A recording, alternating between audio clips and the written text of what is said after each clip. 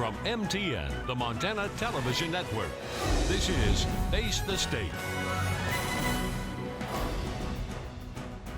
Good morning. I'm Mike Dennison, MTN's Chief Political Reporter. Welcome to Face the State. I'm here today with MTN political analyst David Parker, Montana State political science professor, and our guest this morning, Governor Brian Schweitzer.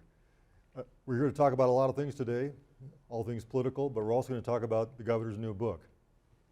Governor, why don't you tell us a little bit about the book, and while you're doing that, tell us why you wrote this book now. Why did you bring this subject up now, and why are you the expert? Well, those of you who have paid any attention to my political career know that I'm passionate about energy. I didn't study political science in college. I was at Montana State University. I have a master's degree in earth science. I spent my early career, working in those oil states. My first posting, I defended my thesis. The next day, I was on a plane to Libya. Spent my first year in Libya, and then I went 7 years to Saudi Arabia. So I spent time in those countries that everybody's talking about right now. And the only reason we're talking about them today is because they have the oil that we don't have. If we could just put up one slide to begin with, here's what really matters. Take a look at this slide, and you'll see that there's a lot of countries that have oil. Half the oil in the world is in the hands of the Venezuelans, the Saudis, and the Canadians. And then you go to Iran, Iraq, Kuwait, United Emirates, Russia, Libya, Nigeria, the United States. We have 2% of the world's oil reserves. We consume 20% of the oil on an annual basis. That's not sustainable. It hasn't been sustainable. And the only reason we spend our time in the Middle East is because they have the oil and we need it. But we have a new system. We have new systems of energy that can take the place of that oil. Today, 70% of the energy we consume in America is non-transportation fuels. Read electricity and natural gas. All we have to do is shift a small part of our transportation fuels to electricity and natural gas, and we'll never need to import another barrel of oil from the Middle East. And so that's what this book is about. This book is about how we're going to shift very rapidly in this country to electric cars, to fuel cell cars, and to natural gas cars. And as we do that, we develop these technologies that we can export to the rest of the world. Because almost all of the rest of the world, except for those few countries that have oil, they're in the same fix as we are. We've become dependent on these. And so this book is about the future of energy, the future of America, and the future of the world. Now, in the book, you talk a lot about battery technology. Why don't you give us a little bit of a snippet about the discussion of batteries from the book? Because that's important. Well, Thomas Edison really was the innovator in batteries all the way back to 1875. By 1910, there were 30 electric car manufacturers in America. About 40% of the cars sold in the world were electric cars by 1910. It was led by the Detroit Automobile Company. In 1910, they had a car that they would guarantee 100 miles on a charge. It drove a record 213 miles on a charge in 1910. Well, today, there are some 30 automobiles made worldwide that are electric cars, and only two can get 100 miles on a charge, the Toyota RAV and the Tesla. What happened during the last 100 years? We didn't spend the money on innovation. Batteries. It's always about storage. In fact, hydrocarbons are simply batteries. 100 million years ago, the single-cell organisms were fueled by solar radiation. That was the heat and the radiant that created the energy that produced these single-cell organisms. They were buried geologically for that last 100 million years. And when we bring those hydrocarbons to the surface, all we're doing is using solar energy that has been stored for 100 million years. Don't you think we can do a little better today than we did 100 years ago? We can. All the great universities, all the great research stations around America are working overtime on new battery technology. And the Russians and the Chinese, they got more spies trying to steal our battery technology than they do any of the rest of our technology in America. The thing that struck me about the book, and frankly, what I've seen throughout your political career, right, is that you've emphasized we need to be energy independent, right? We need to not have to basically rely upon these oil petro dictators. But the thing what struck me about the battery stuff was the largest producer of a lot of the rare metals, earth metals required for those batteries are the Chinese. So wouldn't we just be replacing one bad government with another with this emphasis on this battery Actually battery inaccurate. technology? Lithium is the battery of choice today. Probably it'll be replaced within 20 or 30 years with zinc or some other metals. But lithium is primarily contained and found. It's found in the United States, but it's found in Latin America, really in Bolivia and Chile, Kazakhstan, a little bit in Russia. But even when we finish mining it, a great part of the ocean contains lithium. That's one of the salts in the ocean. So we're not going to run out of lithium anytime soon. In fact, I say in the book, we didn't leave the Stone Age because we ran out of rocks. We didn't leave the Bronze Age because we ran out of bronze. And when we leave the hydrocarbon era, there will be a lot of coal and oil and gas in the ground. It's just that we're going to have found new systems to create energy, store energy, and use energy. You know, when I was reading the book, the question I had, I read it all and said, this really makes sense. All the things you're talking about, and you know, I've thought this for many years as well, just as a consumer. But you know, why isn't it happening any quicker? What's standing in the way? Is it? Tell us about that. Well, I'll tell you what's not standing in the way is investment. The two biggest investors in battery technology on the planet today are Elon Musk and Tesla, and Warren Buffett and BYD. Those are the two people that are investing more money in actual battery and electric car technology than anybody else on the planet. And if you're betting against Warren Buffett and Elon Musk, don't go to Las Vegas because you'll be broke. So another point that was made in the book is that you talk a little bit about fracking, right? Obviously, that's an important part of the Montana economy out in the eastern part of the state. And an important part of natural gas. And important part of natural gas is going to be replacing imported oil. So, of course, one of the big controversies is about the fluids, you know, using fracking, and a lot of it gets pumped down into the well to bring up those natural gas. But some of that comes back out and can be and is often stored in ponds for eventual removal. But what's the possibility of those ponds with that fracking fluid affecting the environment, either through leakage or for wildlife, you know, flying onto it and landing there? Actually, what I suggest in the book about those chemicals is, number one, that the oil companies have got to disclose what they're putting down there. I say that society gives them the right to extract the minerals. We don't give them the right to put whatever chemicals whenever they want down. I also say the solution here is that we have marker chemicals, and the technology exists so that every individual oil company or drilling company would have their own marker chemical. So if there's ever a mistake in the future, if there's ever a leak, we know whose door to knock on. Okay. I'd also like to go back a little bit to the discussion about, you know, what's standing in the way of this. I mean, you've talked about this in the book as well, about utilities. You know, here in Montana, we know that the utilities are completely opposed to net metering, and oil companies as well don't like electric cars. How do we get beyond these very powerful forces that are saying, we don't want to do this, and if we do it, we'll do it on our terms whenever we please? I call the American electric utility industry the Stalinist model of business. Joseph Stalin, some call him a communist, some call him a socialist, but no, it was a Stalin model, which is this: I control this place, and you, my buddy, you get to have the truck monopoly, you get the car monopoly, somebody else got the bread monopoly, and for 50 years in Russia, they didn't innovate or change anything because the only customer you had to please was Joseph Stalin, the government. Well, the American electric utility industry, we granted them monopolies, geographic monopolies all over this country. There's 100 of them or so. And they actually only have to please the politicians. They don't have to please you, the customer. And so when you, the customer, say, I can actually produce electricity on my rooftop, which is true in 80% of the rooftops in America with solar energy, I can produce it cheaper than you, the utility, can deliver it. Oh, the utility doesn't like that model. And let me show me the next graph here. Just bring this up and I'll show you why the electric utility industry in America is so nervous. They're nervous because this is all the way back to 1940. The price of electricity delivered to your home and business increases at about 3.5% per year. It's a steady march. I'm not complaining. Look, bread and beer and other things that you buy, the shirt on your back, they increase by 3.5% per year. But let's go to the next one. And this is why they are concerned in the American electric utility industry. The next chart's going to show you that the value of solar panels has dropped so rapidly that just 1978 it was $80 a watt. Today it is 80 cents a watt to put those solar panels on your roof.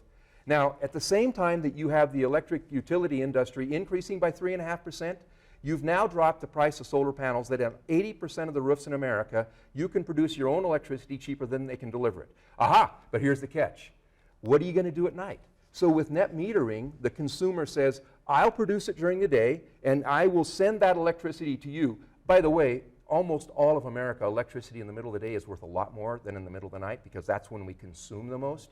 And actually, when these brokers are buying and selling electricity, sometimes electricity is worth 4, 5, 6 times as much in the middle of the day as it is at night. And so these utilities are actually getting electricity from you when you do net metering pretty doggone cheap.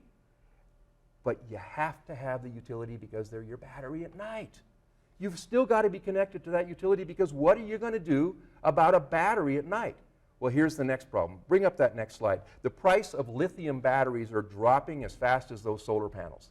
So that today, on many, many places around the country, you can buy lithium batteries and replace your utility. So what happens to the model of the utility when people start cutting the wire? Generating their own electricity, storing it in their own battery, and they say, I don't need the utility.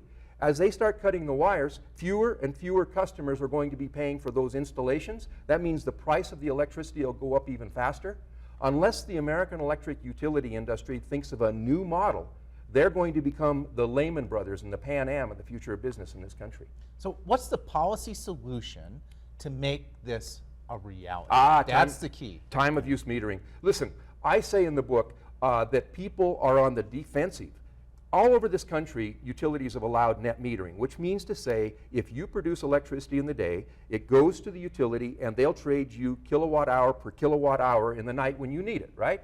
Well, now the utilities are rethinking that. They're saying, no. I'll tell you what, we'll buy it from you for half and sell it to you back for twice as much. I don't know how that's fair, but that's what they want to do. Unfortunately, consumer advocates are on the defensive. They're saying, no, we want to hold on to this.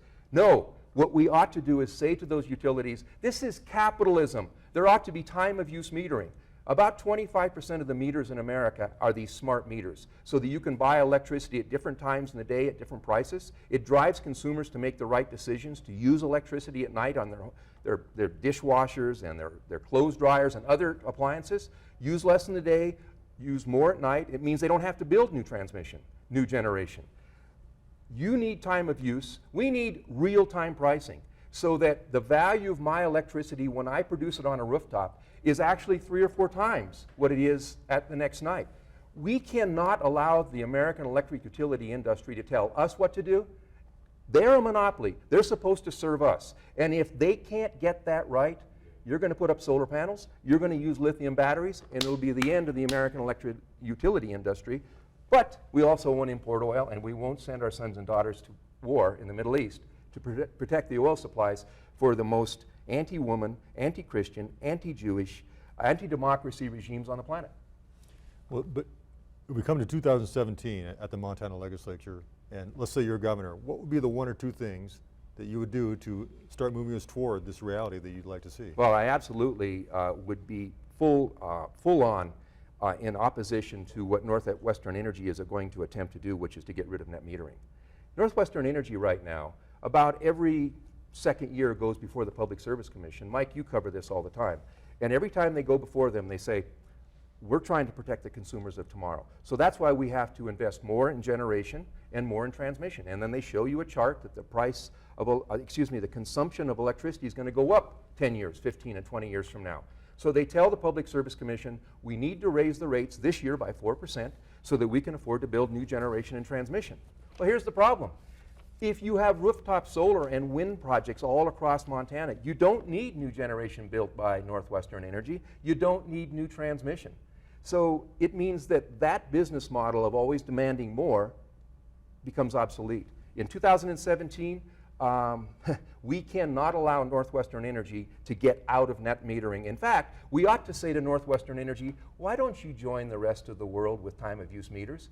You have 0.1% of the meters in Montana are time of use, 25% of the meters in America, and about 75% in New Zealand and Canada and other places around the world have time of use meters. So it makes you a smarter consumer. It means we have to invest less in generation.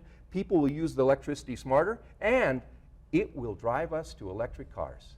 Because if you have the electricity at real price time, you can fill up your battery in the middle of the night, drive it the next day, or if you don't need to drive the 250 miles, you can sell half of that electricity right back into the grid for 3 times what you paid for it, maybe make the payment on the solar panels and on the car. That's the future of American energy. I mean, a big part of this is fixing the distribution system, so it goes both ways, not just the stuff coming from the plants, but you sending into the grid. But the other part that you acknowledge in the book is that the solution is multifaceted in terms of lots of different types of energy, including coal. Now, of course, coal, it's a dirty fuel, creates mercury pollution and all kinds of bad stuff, but you say, look, we can have clean coal.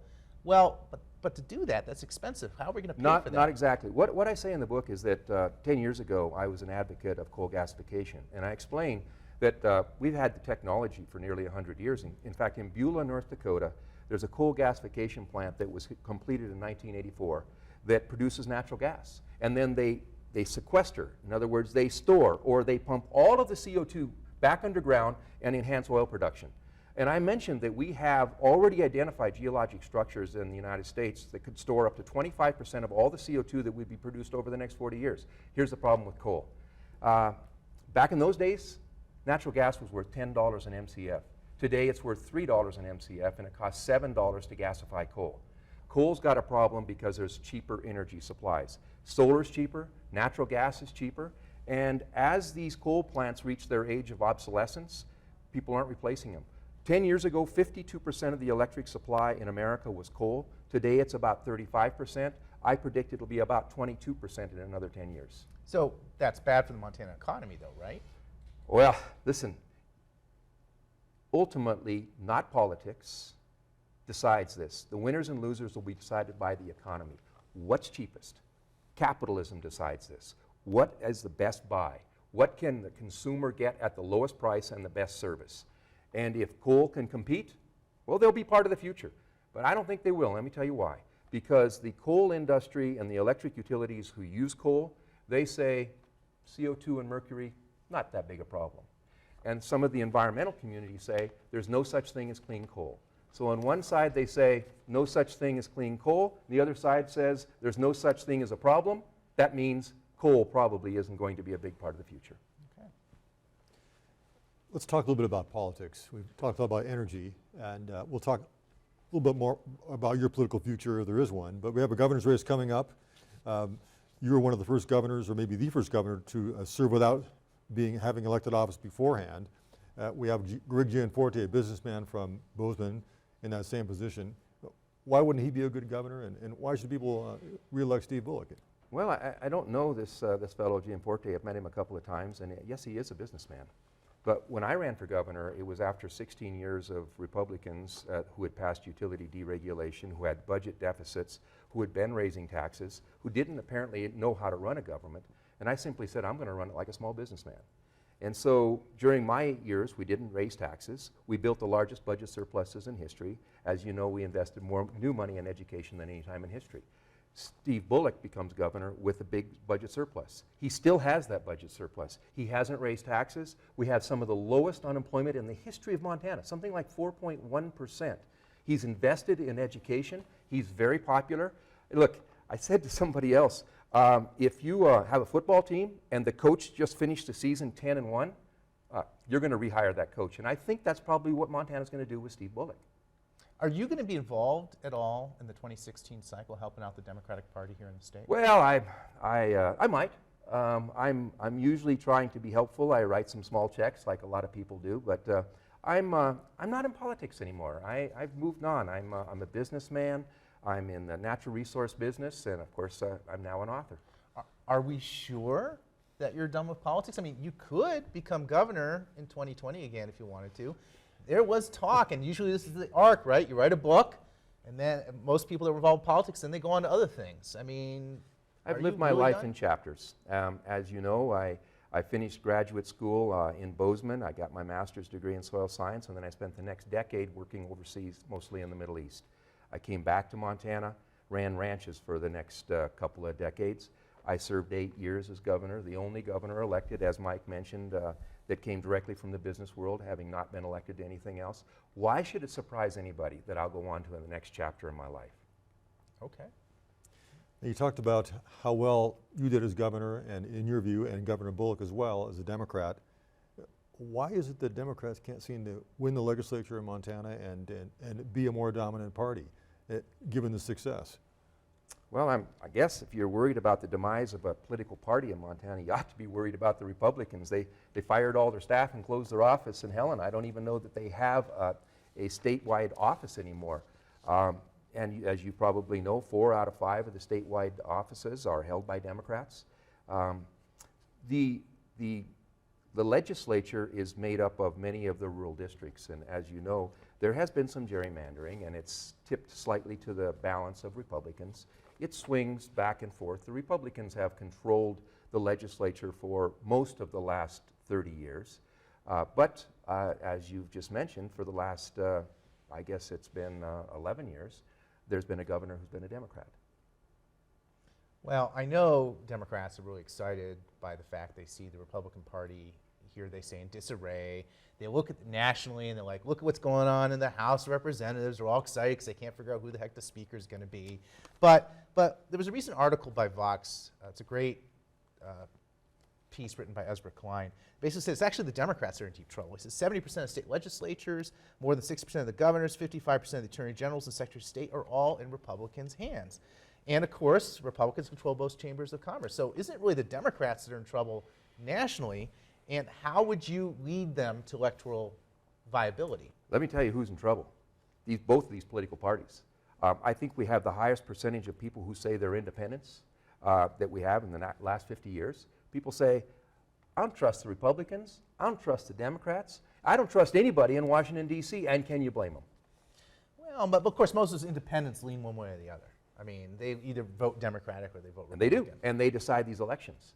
They lean this way, then they lean that way. They lean this way, then they lean that way. So I think both of these political parties who run back to their base, both on the Republican side and on the Democratic side, and that's why these members of Congress are so despised by the people in this country, because 85% of the members of Congress come from safe districts. All you got to do is win a Republican primary and you're the next congressman. All you have to do is win a Democratic primary and you're the next congressman or congresswoman. And then they act like it when they get there. Montana is a place that looks people over and they decide whether they like them, whether they trust them, and they might be a Democrat, they might be a Republican, and in the future, they might be independents. One thing I'm curious about, back in 2014 when we were deciding who was going to run for the U.S. Senate, everyone thought you were going to run to take Senator Baucus's seat, but you did not. And I feel like we never really got a good explanation as to why you didn't do that. Mike, you should read the newspapers. I think I oftentimes said I was not. In fact, when I was asked by the Associated Press whether I would consider it, I said, well, I'm not goofy enough to be a member of Congress, and I'm not senile enough to be in the United States Senate. But you were building a campaign organization, though. Not really. You were talking to people. No, there were people that were advocating for me. As you know, there was a national group. I kicked the tires. I walked right to the edge and I said, I got a great life. I've got a smart dog, a beautiful wife, a ranch to run. Why the hell would I want to go to Washington, D.C.? Because the Democratic Party needed you to keep that seat. So why not?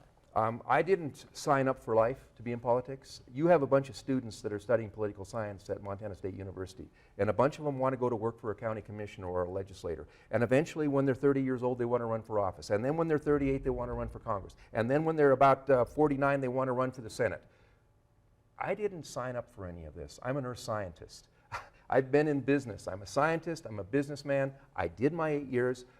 I hope that I did my best for the people of Montana, but I can move on and be very comfortable doing it. So can we say definitively you're on a new chapter and that chapter doesn't involve politics? I am on a new chapter and I'm not running for anything right now. Now, who's to say I won't run for something? You know, the mayor of Georgetown Lake, he's been there for a lot of years, and I might take a run at him. Now, do you still have your contract with MSNBC? What happened to that? I mean, in the wake of the comments you made about Eric Cantor and Feinstein, or did that get you in trouble I again? was on a one-year contract, and the contract expired. I had a stint on television. I don't like it, frankly. You guys are probably pretty good at this, but you're in an argument on television. You watch this cable news. You got 3 or 4 people. You got 2 minutes to sum up your side of the story. You can't sum up your side of the story in a couple of minutes. I didn't like it. I didn't like traveling back east, and so I'm all done with that. But you were in the national press a lot. People were calling up, visiting your ranch, and what was going on there? I don't know. People call up and they want to come and visit me. In fact, if you want to come and visit me, and we were just talking, you want to come up and see me in Georgetown? Hell, I'll show you around. You want to come up and see my ranch? I'll probably make you do a little work, and when you get done, you'll have a few calluses on your fingers from putting some fence posts in. I'm not afraid of a little work. Yeah, but those people didn't just show up on your doorstep. I mean, there must have been something going on that you were soliciting that in some way. No, I wasn't doing anything. In fact, people said, well, we think you're going to run for president. I didn't tell anybody I was running for president. I didn't run for the United States Senate. I mean, you know, people want to come and see me. I've got opinions, as you know. You're asking me for my opinions today, and I believe that this discussion that I have about energy is the most important discussion that we have in this country. It's driven us to the longest war in American history. We've been at war in the Middle East now longer than the Civil War, World War I, and World War II combined. And I'm watching this debate that's going on in these congressional races and the presidential election. Nobody's talking about getting out of these wars. I am. I'm talking about it because we don't need their oil. Fine, you write this book. New president comes in office. Let's say it's Hillary Clinton. Let's say it's somebody else. It's a Democrat, let's say. And they call you up and say, Brian, I want you to be Secretary of Energy. Would you do it? I can't type with all my fingers. I type with just my thumbs. I wouldn't be much of a secretary. Well, let's talk about presidential politics then. Yeah. Who are you supporting for president? Haven't picked anybody yet. Martin O'Malley, as you may well know, we served as governors together. He's a friend of mine. I think he would be a great president. I see that the clown bus on the Republican side is pretty full right now. Who in the heck knows who wins that?